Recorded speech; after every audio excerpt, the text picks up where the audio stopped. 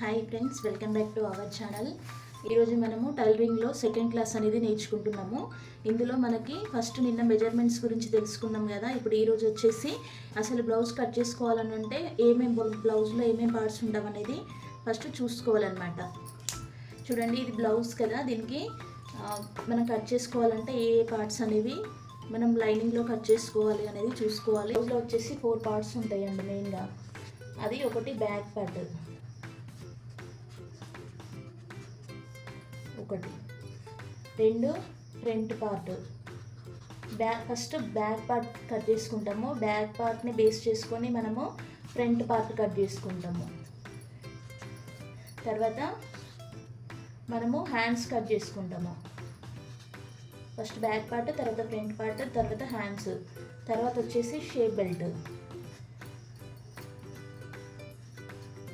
Belt cut చేసుకుంటాము. ఈ బ్లౌజ్లో మెయిన్గా 4 పార్ట్స్ ఉంటాయి. చూడండి, ఇది ఇలా, ఇది బ్యాక్ పార్ట్,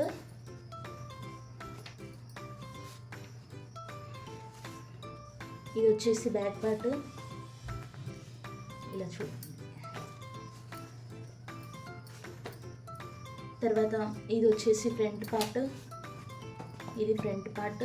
తర్వాత ఇవి వచ్చేసి హ్యాండ్స్, ఇది థర్డ్ పార్ట్. తర్వాత ఇవి షేప్ బెల్ట్ అంటే ఇది అనమాట. ఫస్ట్ మనం ఈ బ్యాక్ పార్ట్ని లైనింగ్ పైన బ్యాక్ పార్ట్ కట్ చేసుకొని ఆ బ్యాక్ పార్ట్ని బేస్ చేసుకొని ఈ ఫ్రంట్ పార్ట్ అనేది కట్ చేసుకుంటాము.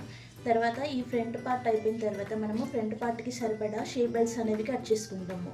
తర్వాత వచ్చేసి హ్యాండ్స్ కట్ చేసుకోవాలి. ఈ 4 పార్ట్స్ కట్ చేసుకుంటే మనకి బ్లౌజ్ అనేది కటింగ్ అయిపోయినట్టే. పార్ట్స్ అనేవి స్టెప్ బై స్టెప్ ఎలా కట్ చేసుకోవాలనేది నేను నెక్స్ట్ వీడియోలో చెప్తాను. వీడియో నచ్చితే మాత్రము లైక్ చేయండి, షేర్ చేయండి, ఛానల్ని సబ్స్క్రైబ్ చేయండి ఫ్రెండ్స్.